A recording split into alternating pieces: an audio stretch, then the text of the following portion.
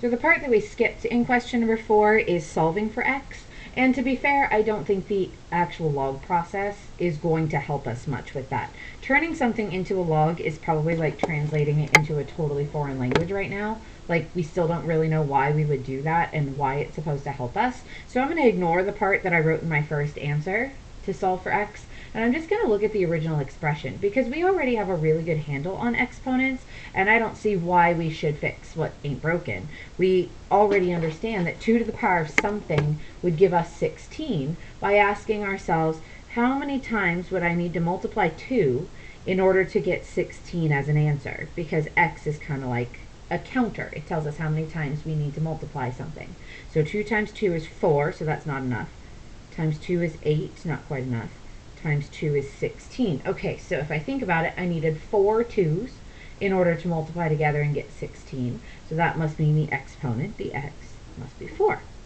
So I didn't need to use logs for that. That I can just use regular powers of powers and exponents, and that's the goal, is to just try to keep this as familiar as possible, because I know the log thing is going to be weird.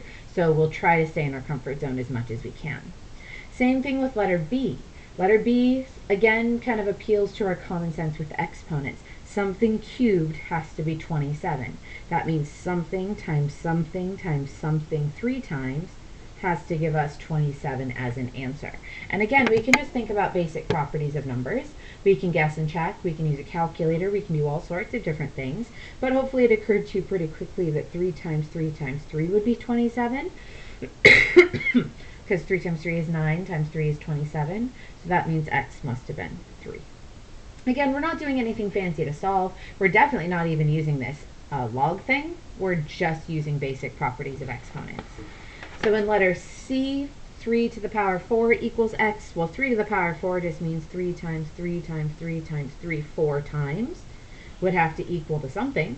And if I just do that multiplication, 3 times 3 times 3 times 3 is 81.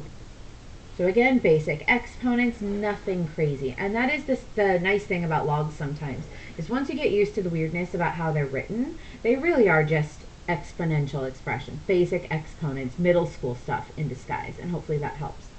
Last one in this row, 7 to the power of x equals 49. That's like saying, how many 7's do I need to multiply in order to get 49 as an answer? And if I think about it, 7 times 7 is already 49.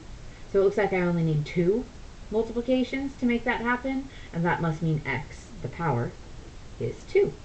So use your basic common sense with exponents. If you need to use a calculator, you can always use a calculator. Sometimes that helps, but hopefully by now you have enough of an example that you can get through all of question number 4 and check your answers on the answer key.